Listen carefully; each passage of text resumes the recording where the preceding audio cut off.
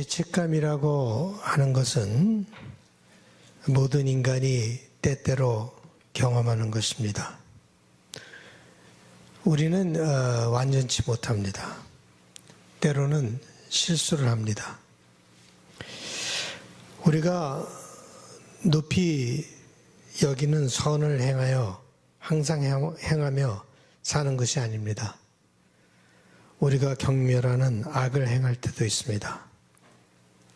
항상 올바른 것을 위해 싸우지 않습니다. 잘못된 것과 타협을 하며 살아갈 때가 있습니다. 두려움이 우리를 사로잡을 때 우리가 굳게 믿는 것을 지키려고 하기보다는 도망할 때가 있습니다. 예수님의 제자들도 다 도망쳤죠.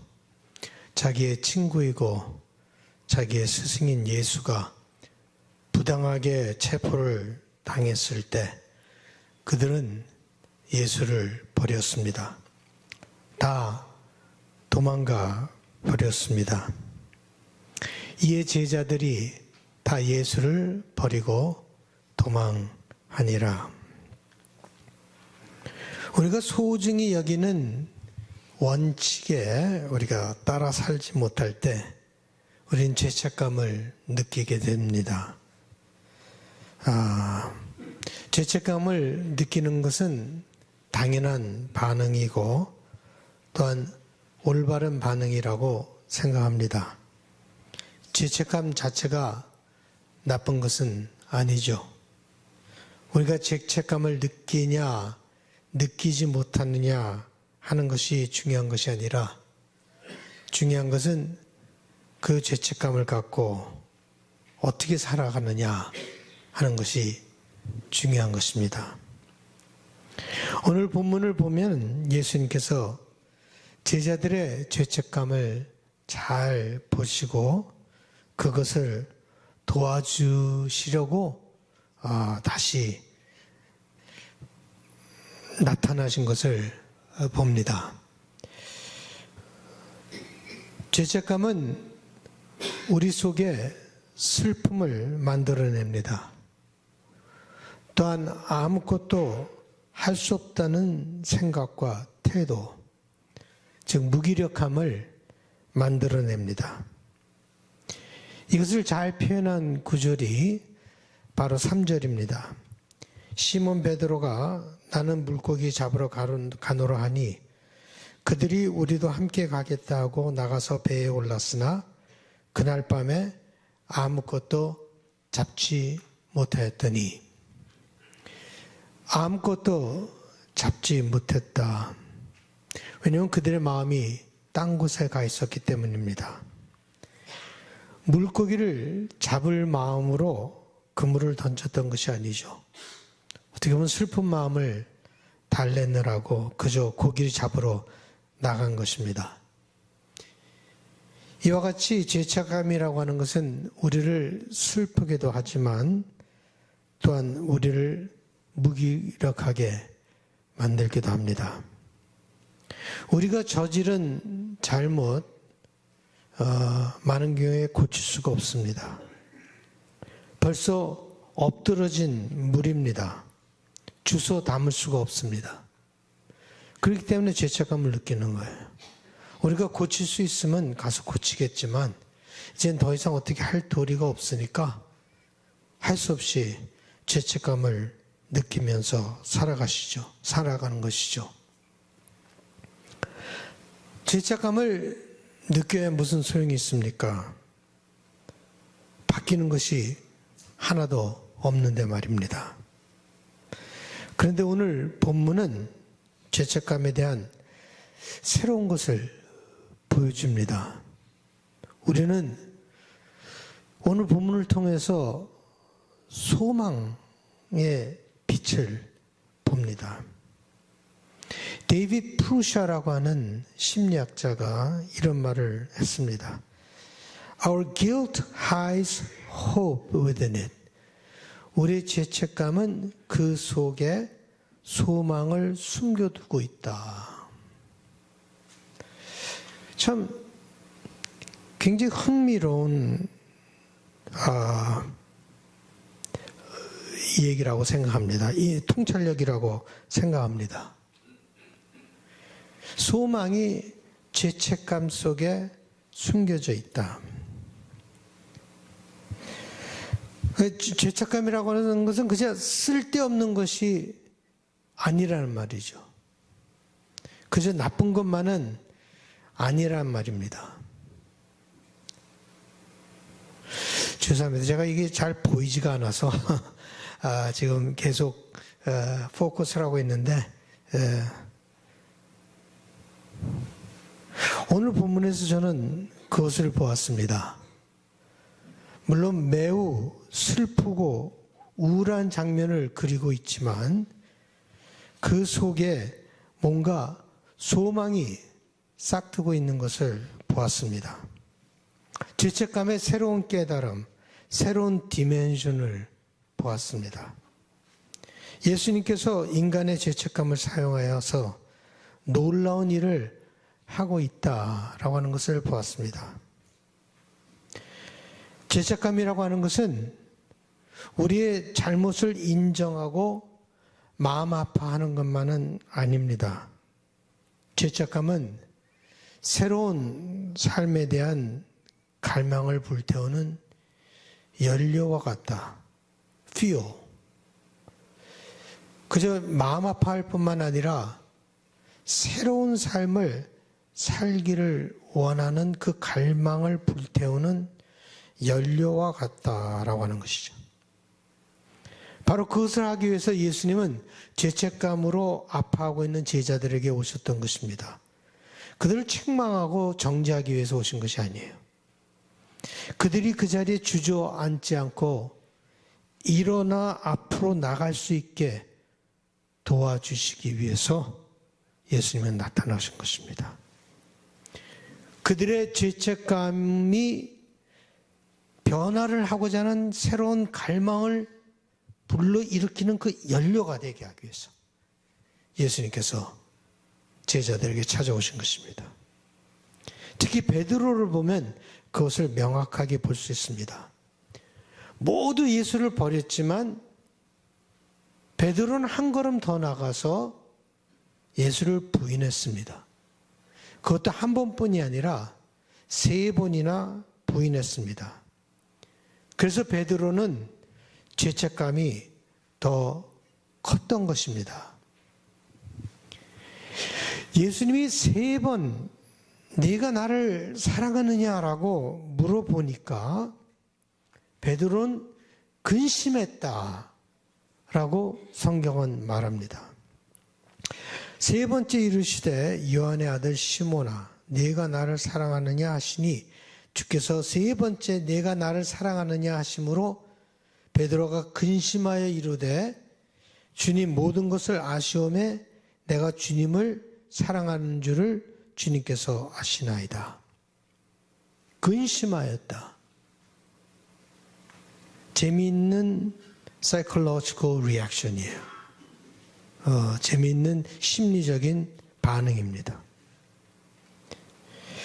죄책감이 있었기 때문에 근심하였던 것입니다. 내가 주님을 사랑합니다라고 베드로가 대답을 하는데 떳떳하게 하지 못했어요. 물론 주님을 내가 사랑합니다라고 떳떳하게 얘기를 하지 못했어요. 겨우 말했던 것입니다. 자기가 그런 말을 할 자격도 없다는 마음으로 겨우 그 말을 했던 것입니다. 그런데 3번이나 물으니까 근심하였던 것이죠. 왜 예수님께서 3번 물으셨는가 하는 질문이 있습니다. 왜 3번씩이나 물으셨을까? 베드로가 3번 부인했기 때문에 3번 물으시는 것인가? 숫자를 맞추기 위해서 3번 부인, 3번 질문. 그럴 수도 있겠죠. 그러나 저는 그렇게 생각지 않습니다. 예수님은 이제 베드로에게 그가 앞으로 당할 아주 엄청난 일을 막 선포하려고 하는 중에 있습니다. 사랑이 없이는, 예수님을 사랑하는 그 사랑하는 마음이 없이는 도저히 감당할 수 없는 지금 큰 일을 예수님은 막 말하려고 하시는 거예요. 물론 예수님께서 베드로의 모습을 볼 때 베드로의 제한된 사랑을 벌써 알고 계셨어요. 히랍 성경을 보면은 이 장면이 훨씬 더 드라마틱해요. 히랍 성경을 보면 예수님은 계속해서 네가 나를 사랑하느냐라고 묻는데 특별한 단어를 써요. 아가페라고 하는 단어를 사용합니다. 근데 베드로는 그 질문에 답을 하면서 3번 다 무슨 단어를 쓰는가 하면 아가페라고 하는 단어를 쓰지 못하고 필레오라고 하는 단어를 씁니다. 아가페는 조건 없는 사랑, 끝없는 사랑을 얘기를 하고 있어요. 하나님의 사랑. 그런데 필레오라고 하는 것은 형제의 사랑. 그러니까 기분 좋을 때 이렇게 하는 그런 사랑을 얘기를 하고 있습니다. 자기가 한 일을 생각하면은 베드로가 감히 내가 주님을 아가페 사랑으로 사랑합니다라고 얘기는 못했겠죠. 3번이나 부인했는데 어디 감히 제가 아가페 사랑을 베드로가 할 수 있었겠습니까? 그래서 보면은 예수님께서요 3번째 질문을 하실 때는요 아가페라는 단어를 쓰지 않으시고 필레오라고 하는 단어를 씁니다. 2번은 아가페 사랑을 하느냐라고 물어보시다가 베드로가 대답을 못하는 걸 보고 필레오, 네가 필레오 사랑으로 나를 사랑하느냐라고 필레오라고 하는 단어를 사용하십니다. 그래서 예수님 다 아셨어요. 베드로의 사랑을 의심한 것이 아니에요. 그리고 베드로의 사랑이 제한된 사랑이다 라고 하는 것도 다 아셨어요. 그러나 3번 물으신 것은 이제 엄청난 일을 막 베드로에게 선포하려고 하는데 그 엄청난 일이 뭔가 하면 바로 이거예요. 내가 진실로 진실로 네게 이르노니 내가 젊어서는 스스로 띠띠고 원하는 곳으로 다녔거니와 늙어서는 내 팔을 벌리리니 남이 네게 띠띠우고 원하지 않는 곳으로 데려가리라. 이 말씀을 하시면 베드로가 어떠한 죽음으로 하나님께 영광을 돌릴 것을 가리키심이로라. 이 말씀하시고 베드로에게 이르시되 나를 따르라 하시니. 엄청난 얘기를 하는 거예요. 이제 네가 곧 죽을 것이다 라고 하는 거예요. 근데 네 마음대로 살지 못하고 다른 사람이 너를 붙잡아서 그렇게 할 것이다 라고 하는 엄청난 얘기를 하시는데 그게 힘드신 거예요. 예수님 베드로에게 얘기하기를. 그래서 3번씩이나 다시 다짐하고 또 다짐하고 네가 이것을 해야 되는데 꼭 나를 사랑하는 마음이 있어야지만 이걸 네가 감당할 수 있다라고 해서 네가 나를 사랑하느냐라는 것을 계속 물으시는데 베드로는 자기 죄책감에 빠져 있었기 때문에 예수님을 완전히 오해를 하고 있는, 잘못 알고 있는 거예요. 자기 사랑을 의심해서 예수님이 3번씩이나 물은 것으로 베드로는 오해를 하고 근심을 했던 거예요. 죄책감이 있었기 때문에. 우리가 죄책감이 있으면요 모든 것을 그렇게 봐요. absorb 되니까. 거기에 그냥 빠져버리니까. 그런 죄책감 속에 빠져있는 베드로를요 예수님은 그대로 내버려 두시지 않습니다. 다시 세우시기를 원하십니다. 베드로가 다시 예수에 대한 사랑을 마음속에 새기기를 원하셨습니다. 왜냐하면 그 사랑만이 베드로의 죄책감을 거두어갈 수 있기 때문에. 그리고 베드로가 새로운 삶을 살게 하기를 원하셨습니다. 그래서 끝에 보면 계속해서 질문하시면서 내 양을 먹이라. 내 양을 먹이라. 죄책감 속에 그저 주저앉아 있지 말고 일어나서 move on, 그리고 내 양을 먹이라 라고 예수님은 그 죄책감을 바꾸어서 섬기는 열정으로 예수님은 바꿔버렸습니다. 3번이나 내 양을 먹이라고 말씀하십니다. 죄책감이 이렇게 사랑과 연결이 될 때는 새로운 삶을 살게 하는 힘을 만들어냅니다. 그러나 죄책감이 분노나 두려움과 연결이 될 때는 여러분들을 무너뜨리는 부정적인 힘이 되어버리고 맙니다. 그래서 죄책감을 갖고 있느냐라고 하는 것이 중요한 것이 아니라 죄책감이 무엇과 연결이 되어 있느냐라고 하는 것을 아는 것이 중요합니다. 사랑과 연결이 되어 있느냐, 아니면은 두려움과 분노와 자존심과 연결이 되냐, 거기에 따라서 그 결과는 굉장히 다르게 나와요. 같은 죄책감이라 하더라도. 그래서 예수님께서 네가 나를 사랑하느냐라고 사랑과 연결해서 예수님께서 지금 설명을 하시고 계시는 것입니다. 바울사도는 그것을 이렇게 설명하고 있습니다.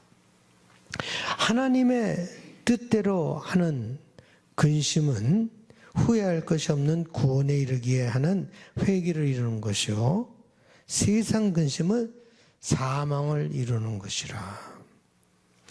여기 하나님의 뜻대로 하는 근심이라고 하는 것이 바로 죄책감이 하나님의 사랑과 연결되어 있는 모습을 얘기하고 있습니다. 그래서 세상 근심이라고 하는 것은 죄책감이 우리의 자존심, 두려움, 분노와 연결되어 있는 죄책감을 얘기를 하고 있습니다. 우리 죄책감이 자존심과 연결이 될 때 뭘 합니까, 여러분들? 내가 죄책감을 느껴요. 근데 나의 자존심과 연결이 될 때 뭘 합니까? 자기 합리화를 하죠. 왜 내가 그것을 했었어야만 하느냐라고 하는 자기 합리화를 하게 되는 거예요. 그 죄에 대한 그걸 끌어안고 그래야 되는데 그렇지 않고 내가 왜 그것을 했어야만 하는 자기 설명, 자기 합리화를 하게 됩니다. 우리 죄책감이 두려움과 분노와 연결되었을 때 뭘 하고 있습니까? 우리는 self-punishment, 자기를 응징하는 거죠. 자기 처벌. 그때 우리는 무기력해지고 우리의 모든 노력이 마비되어 버리고 맙니다. 그리고 우울해지고 불안해지는 것이죠. 그것이 바로 사망의 모습입니다.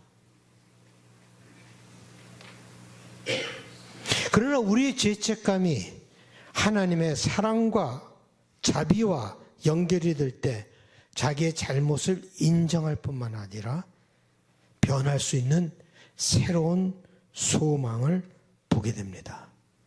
그것이 바로 죄책감 속에 소망이 숨겨져 있다라고 하는 뜻입니다. 죄책감이 우리를 겸손하게 만들고 그럴 뿐만 아니라 우리를 강하게 만듭니다. 더 나은 사람이 되고자 하는 욕망을 만들어냅니다. 베드로의 죄책감이 변하고자 하는 강한 욕망으로 변했을 때 베드로는 그때야 강해진 것이죠. 담대했습니다.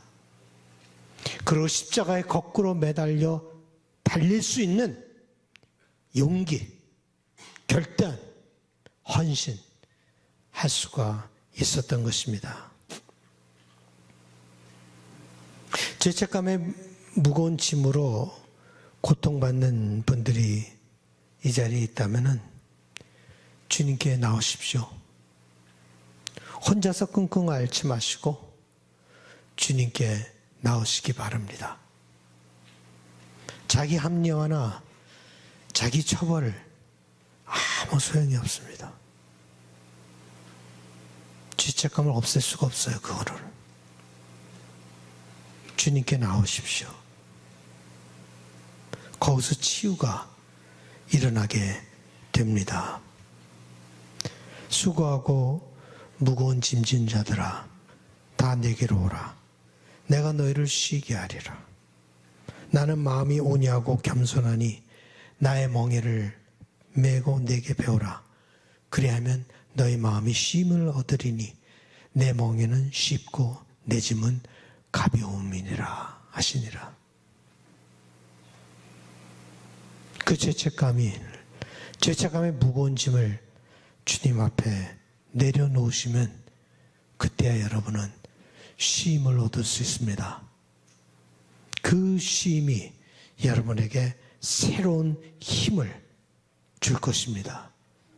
그리고 그 새로운 힘을 가지고 여러분은 내 양을 먹이라 라고 하는 예수님의 말씀을 받들어서 여러분의 삶을 더 활기차고 용기 있게 소명의 삶을 살아갈 수 있으리라 믿습니다. 같이 찬양하시겠습니다.